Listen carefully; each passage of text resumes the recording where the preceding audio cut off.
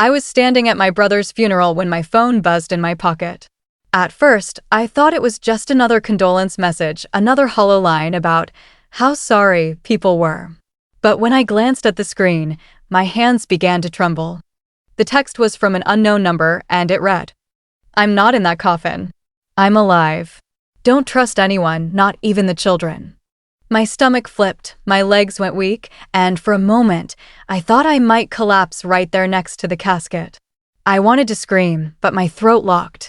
Everyone around me was dressed in black, their heads bowed, whispers of prayers filling the cold air. None of them knew that I had just received a message that could tear my reality apart. I typed back quickly, my fingers shaking. "Who are you?" The reply came almost instantly. "I can't say. They're watching. But don't believe what you see. And whatever you do, don't trust the family." A chill spread through me like ice water running through my veins. The family? Did that mean my own relatives? My nephews? My cousins? Everyone standing around me with solemn faces, were they lying to me? I forced myself to keep still. I couldn't let anyone see the storm brewing inside me. My brother's coffin lay only a few feet away, covered in flowers. My nephews, David and Andrew, stood close by, their expressions carefully composed, almost too composed. Their tears seemed forced, their movements rehearsed. I felt bile rise in my throat. Could it be true? Was my brother actually alive, trapped somewhere, while his own sons staged this entire funeral? Before I go any further, please tell me in the comments, where are you listening from right now? I really want to know how far my story has traveled. And if you haven't yet, make sure to subscribe to my channel so you don't miss what happens next, because trust me, it only gets darker from here. My name is Evelyn. I'm 64 years old. And what I'm about to share with you completely shattered the life I thought I knew. That day, standing by the coffin, I remembered my childhood with my brother Michael. He wasn't just a brother, he was my protector, my secret keeper, the one person I thought I could always rely on. Our bond was stronger than steel, forged through poverty, heartbreak, and years of fighting to survive in a world that didn't care about us. And yet, here I was, staring at his coffin while my phone told me he was alive. I couldn't cry. Not like everyone else. My grief was replaced by a suffocating confusion. As the pastor droned on, my eyes darted to David and Andrew, Michael's sons. They didn't look broken. They didn't look like they had lost their father. They looked cold, calculating, as if they were actors in a play.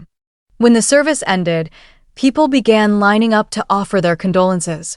I moved robotically, hugging strangers, murmuring, "Thank you," all the while clutching my phone in my palm like it was my lifeline.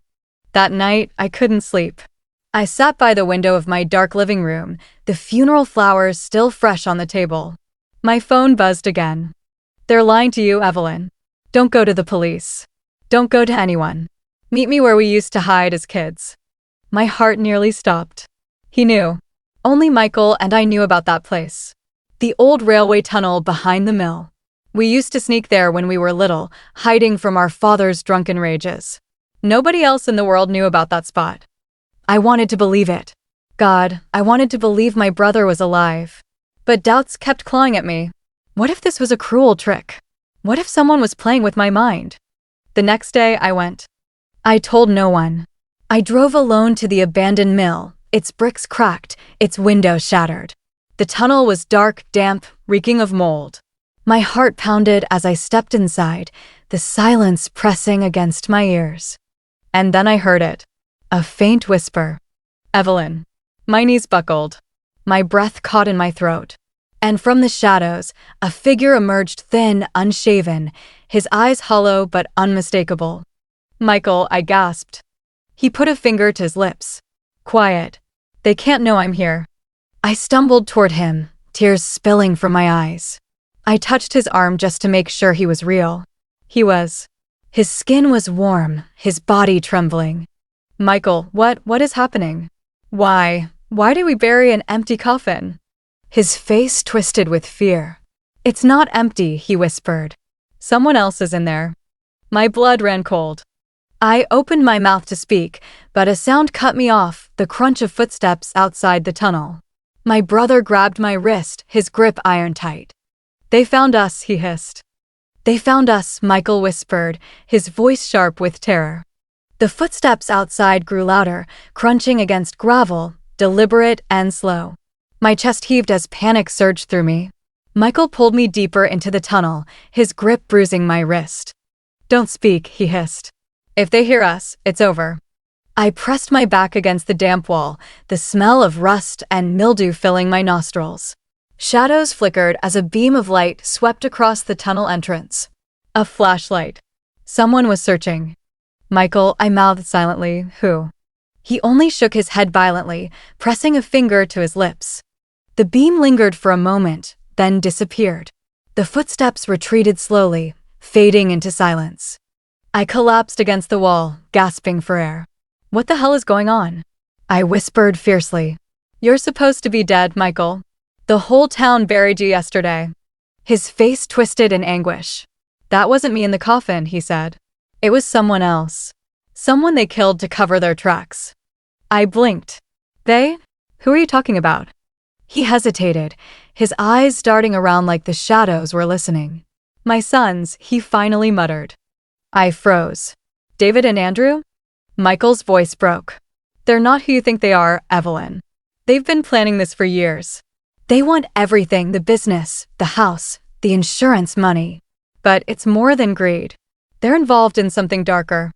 Something I stumbled onto by accident. That's why they had to erase me." My blood ran cold. "Erase you? What do you mean?" He swallowed hard, his hands trembling. "I found out they've been laundering money. Not small amounts, Evelyn, millions. Through the repair shop. Through fake accounts. And when I confronted them, they didn't even deny it. They just smiled at me." My mind reeled. David and Andrew? They were his boys. I'd rocked them to sleep when they were babies. I'd watched them graduate. And now, murderers? I wanted to scream that it couldn't be true, but the fear in Michael's eyes was undeniable. "I only survived because I ran," he whispered. "They tried to poison me, Evelyn. But they don't know I switched the glass at the last moment. The man in that coffin, he drank what was meant for me." My stomach churned. So the body we buried wasn't Michael at all. It was some innocent man, used as a pawn in his son's twisted game. Michael grabbed my shoulders, his eyes boring into mine. "You can't tell anyone I'm alive. Not yet. If they find out, they'll kill us both. Promise me." I nodded, though my mind screamed in protest. "But Michael, we can't hide forever. We have to go to the police." "No." His shout echoed through the tunnel. He clamped a hand over his mouth, eyes wide with regret. "You don't understand. They have people everywhere, even in the police. Especially in the police." A chill swept through me. "Then what do we do?" Before he could answer, his phone buzzed. He fumbled for it, glancing at the screen. His face went pale. "It's them," he whispered. I leaned closer. The message was short, chilling, and impossible to ignore. "We know she's with you." My heart stopped. "Michael, how?" I gasped. He shoved the phone back into his pocket. "They're watching us right now. We have to move." We stumbled through the tunnel, our footsteps splashing through puddles. My lungs burned, my legs shaking, but adrenaline pushed me forward. When we finally burst out the other side, the night air slapped me in the face. Michael led me to a rusted pickup truck hidden behind some bushes. "Get in," he barked. We drove in silence for nearly an hour, winding down back roads, the headlights slicing through the darkness. My mind was a storm of questions, but one kept screaming louder than the rest. How could his own sons betray him like this? Finally, I broke the silence. "Michael, where are we going?" He glanced at me, his face gaunt and tired. "Somewhere safe. Somewhere they won't look." "Where?" "Our childhood home," he said softly. "The one by the lake." Memories surged back, our small, crumbling cabin by the water, long abandoned after our parents' deaths. No one had set foot there in decades. When we arrived, the place looked like a ghost of itself. Windows cracked, weeds choking the yard, the porch sagging with rot. But Michael moved quickly, unlocking the door with a hidden key still tucked beneath the steps. Inside, the air was stale, thick with dust. We lit candles, the flickering glow casting long shadows across the walls. That's when Michael finally told me everything. He explained how he discovered files hidden in David's laptop, documents linking his sons to international crime rings, drug trafficking, arms dealing. Things so horrifying my stomach churned just hearing them. "They're not my sons anymore, Evelyn," Michael whispered. "They're monsters. And they won't stop until I'm gone for good." Tears stung my eyes. "Then why didn't you leave? Why stay at all?" He looked at me with hollow eyes. "Because if I disappear, they'll come for you next." My body went rigid. "Me? Why me?" "Because you know me better than anyone. Because you're the only one left who could expose them. If they can't silence me, they'll silence you." Before I could respond, there was a sudden noise outside. The crunch of tires on gravel. Headlights flashed through the broken window. Michael's face drained of color. "They've found us again." I darted to the window. 2 black SUVs had pulled up to the cabin. Men in dark coats stepped out, their faces obscured by shadows. "Michael, what do we do?" I whispered, my heart slamming against my ribs. He grabbed my hand, his grip fierce. "We run." And we never stop running. The door rattled. A voice called out, "Come out, Evelyn. We know you're in there. Don't make this harder than it has to be." I froze. They knew my name. Michael pulled me toward the back door, but before we could move, glass shattered. A man climbed through the window, a gun glinting in his hand. Michael shoved me behind him. "Go," he shouted. But my legs wouldn't move. My brother, the man I'd buried, the man I thought I'd lost, was standing in front of me, ready to sacrifice himself all over again. The man with the gun raised his arm, his eyes cold. And that's when everything went black. The sound of gunfire ripped through the cabin. My ears rang, my vision blurred. For a second, I was sure Michael was dead, gone again, just like before. But when my sight cleared, I saw the gunman sprawled across the floor, blood seeping from his chest. Michael stood trembling, his own smoking revolver clenched in his hands. You still carry that?" I gasped, my voice cracking. Michael's jaw tightened. I knew this day would come. Before I could process what had happened, shouts erupted outside. More men. Heavy boots pounded against the porch. The door shuddered under their weight. Michael grabbed my wrist and yanked me toward the back. "We don't have time, move." We burst out into the freezing night, sprinting toward the woods. Branches tore at my clothes, my lungs burned, but fear kept me running. Behind us, flashlights bobbed like angry stars, voices shouting our names. "They'll never stop, Evelyn," Michael shouted over his shoulder. "Not until they have us both." "Then tell me what they really want," I cried. He slowed only for a moment, his face twisted with despair. "It's not just money. It's leverage. They're selling secrets, Evelyn, government secrets. They used me to smuggle the data without me even knowing. And when I found out," his voice broke. "They decided I was disposable." My head spun. My nephews, his sons, traitors, killers, and now spies? The thought sickened me. We stumbled onto an old hunting shack by the river. Michael shoved me inside, bolting the door. He collapsed against the wall, panting, sweat pouring down his face. "They won't stop until I'm in the ground," he whispered. "Michael, we can't fight them alone," I said, clutching his arm. "We need help. Someone we can trust." He shook his head violently. "There's no one left." But just as he said it, his phone buzzed again. The same number that had warned me at the funeral. His hand trembled as he answered.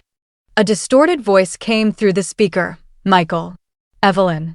Listen carefully. You don't have much time. They're closing in." "Who is this?" I demanded. There was a pause. Then, "An old friend. Someone who still owes your brother his life. Get to the train station. Midnight. Don't bring your phones. Don't trust anyone. If you want to live, you'll do exactly as I say." The line went dead. Michael and I stared at each other. Hope flickered in his eyes, fragile but real. It might be our only chance. We ditched the truck, traveling on foot through back roads and fields. The cold gnawed at my bones, but adrenaline kept me moving.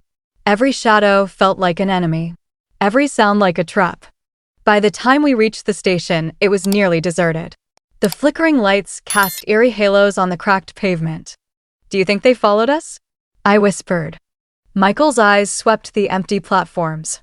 "If they did, we'll know soon enough." Suddenly, a figure emerged from the shadows, a tall man in a dark coat, his face hidden beneath a hood. My breath caught in my throat. "Michael Hayes," the man said, his voice gravelly. "You've made a mess." Michael stiffened. "Who are you?" The man lowered his hood. My heart lurched. It was Detective Harris, the same officer who had stood beside me at Michael's funeral, offering condolences, swearing he'd find whoever did this. "You," I gasped. "You're supposed to be helping us." Harris gave a humorless smile. "I am helping myself. Your sons pay very well, Michael. Very well indeed." Michael's hand moved instinctively toward his jacket, but Harris raised his gun. "Don't even think about it." My pulse hammered. "Why are you doing this? You've known us your whole life." Harris's eyes hardened. "Because loyalty doesn't pay the bills, Evelyn. And because you should have stayed in the ground, Michael." At that moment, a train screeched into the station, its roar deafening. Harris turned his head slightly, and Michael seized the chance. He lunged forward, slamming into Harris. The gun skittered across the concrete.